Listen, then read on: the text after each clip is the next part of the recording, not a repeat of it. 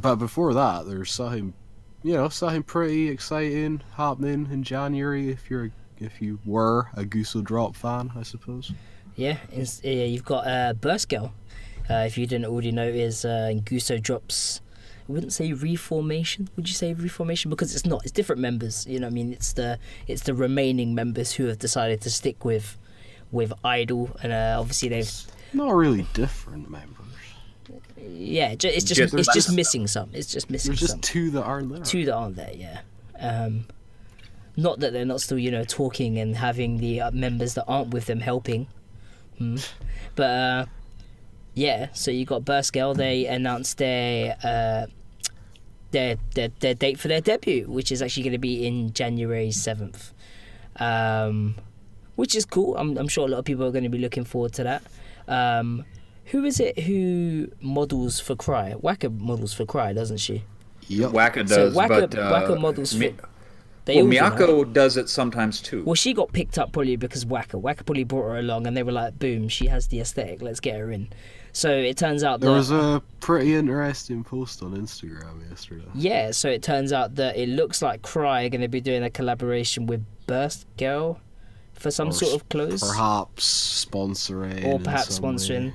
Because, Burst Girl needs some moolah, some funding somewhere. So they need that startup capital. Yeah, pretty much. So it looks like... Well, yeah, they're even more independent than Guso was, aren't they? So maybe, Waka's put in a few good words with Cry, and maybe they're helping them out. Maybe, some proceeds from the hoodies go towards Burst Girl or something. I don't know. I'm just throwing crap out there. But, it's funny that, they have a member that used to model for them and is now not with them, but she still models for them. And then Miyako, who is part of Burst Girl, is still modeling for Cry.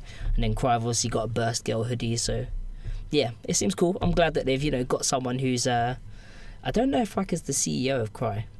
I think that wasn't Yami from Cyber the CEO of another company that's not Cry, or is it Cry? Yes, no, she's the CEO. Oh God, of another company. Yeah. Yeah, she's she's actually has two companies, I believe. She has a clothing company and a cosmetics company, if I remember. Something correctly. like that. She's a little entrepreneur. Raquel, on the other hand, is not quite as entrepreneurial, but she's modeling. So yeah, she's a model for Cry. For Cry, yeah. But I say I've seen quite a few models for Cry. So. Oh, and people keep asking, is Daichi working with them again? I think the answer to that is no. Pretty much. I mean, you never know. We don't know, but you would hope that they would think, okay, like, let's just keep him out of this for the sake of not allowing it to go down the same path. You'd think that they would be not leaving a group and reforming in another group if that was going to be the case. If he offered to produce for them for free, though, they would take it. Let's be honest, they would take it. They would probably take it. As long as he has nothing to do with money at all, they'd probably take it. yeah, exactly like what Poliosis said. He said he'll probably do the music but not management. I mean, we don't know yet. We don't know yet. It's completely speculation. If he offered to make them music, as a way of maybe paying them back for all the money that he didn't fucking make them in the first place, then that might be nice. A little apology, a little sorry, I, fucked up what was quite promising in the first place by being a shit manager. Here are some songs, go and make some money, and actually a group that's going to play to more than 30 people, and, that might be cool. That might be cool. Or... Well, I'm sure with all their connections that they've made, they've been doing Idol for almost 3 years now. Oh, I'm sure there's producers that they can talk to. They know plenty of producers and hey man, people who they can write they music. can go talk to Iku, and Iku can hook them up with all the the hardcore and punk guys, producers that he's working with. Yeah. I'm sure, from like legit people from the scene. I'm sure they're all friends of each other, so I'm sure they can sort something out. Or why wouldn't they go talk to Ricky? Let's see, as Guso and Necro are such good buddies. I'm sure one of them could go talk to Ricky and see if Ricky could hook him up with someone. Mr. Percolate, for example, he seems to want to work with everyone. Why couldn't he work with Burst Girl? If he can do metal, and he writes good stuff. Can he do punk? Has he done punk yet? How do we know that they're going to be punk? Oh, that's a good point. Yeah, we don't even know what they're doing. I mean, I'm seeing flames in the picture. I'm picturing Lincoln Park. I'm picturing. Crawling in my Yeah. I'm picturing new metal, baggy jeans. You know, oh god, we'll see. Are you we'll picturing see. Fred Durst? Yeah, pretty much. Oh, we'll keep that joke rolling. Jesus. But we can move on from Burst Girl and we can move on to something else. What else we got? Oh, hey, that's me. That is you. Okay, well, here's something that was kind of a surprise to me. I'm sure that everybody remembers the horrible smoldering wreckage that is Anfort, right? Anfort, yeah. The destroyer of idols' careers. Poor Anfort. They get more hate than what I'm happy. It's wonderful to see. Well, I thought only one was going to survive, and that was Anna when she joined up in Cyber.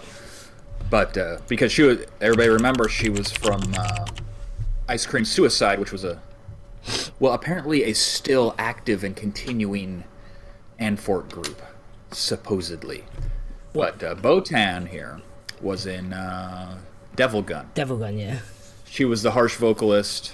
Well, the Gollum vocalist, I guess, if anybody ever. The Gollum vocalist. Did you remember that on I've the street seen interview? the clip, and she's like, right. You can't find it now. The clip's gone. I went looking for it. Oh no. But yeah, she's doing a solo thing, and it's something else. I'll tell you. She's been working solo since September. Okay. And she's got one song out on the SoundCloud. I can grab a link and throw it in the chat here in a second. Star Night Traveler.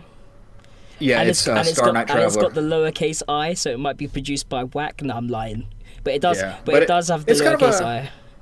Yeah, it's like just your standard classic EDM with some guitar style of music, but the way that she sings is so unique. Do you know what surprised me is that all the pictures of her are like this kind of Yume kawaii, very overblown pictures, and then the music just nothing like the picture whatsoever. I was like, Botan, this sounds like what Devil Gun probably should have sounded like. I was like, is this like a leftover Devil Gun song or something? Maybe, who knows? Yes, it's very yeah. I don't know. It's kind of like Teddy Wub Wubs meets like metalcore meets, I don't know, like some me stuff with some EDM. I don't know. It's all sorts of stuff, but it's pretty enjoyable actually. Yeah. I was happy when I stumbled across it, and I was like, oh yeah, this is good. I like this. But you do have to play it on SoundCloud, so keep that in mind and make sure to turn your headphones down, otherwise you'll end up deaf before the song even starts. Just throwing that out there. Yeah, I'll drop work on that. Yeah, I'll drop the link in here so you guys can listen to it later or whatever. Yeah, podcast now, whatever this is later, because I can't remember the name of the song. Star Night Traveler, that's the name of the song. I think is she just going by her name then? Yeah, she's just going by her name. Botan Kimimaru. Okay. It's kind of it's an ugly name, And yeah, go check that out if you want.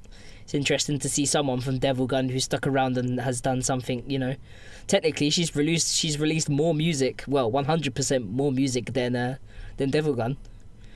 Yeah. I don't know what has happened to those other two. They don't even have Twitters anymore. I think they've gotten rid of those old Anfort Twitters, and they probably have their own. Anfort's probably folded and just gone to go sulk in a corner somewhere. Who knows? Yeah, who knows?